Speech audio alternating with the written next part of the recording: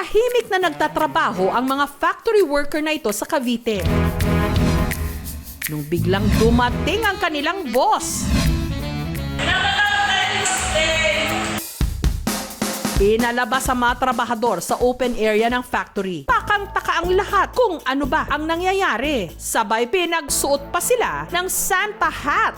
At dito na in-announce ng kanilang boss ang malaking balita. Guys,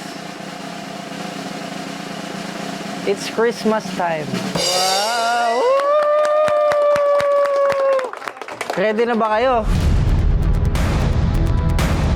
Ready na ba kayong tumanggap?